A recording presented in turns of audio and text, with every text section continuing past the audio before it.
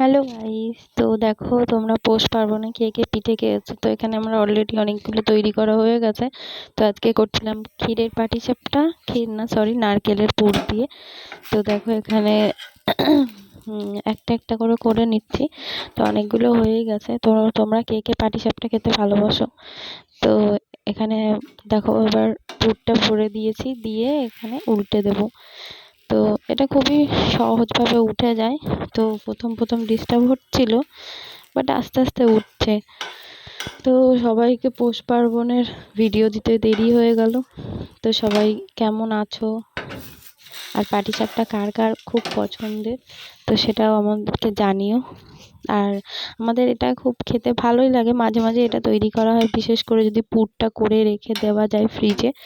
তো ফ্রিজে অনেক দিন এটা পুরটা বানিয়ে রাখলে অনেক দিন থাকে। আর ব্যাটারটা বানাতে বেশিক্ষণ সময় লাগে না।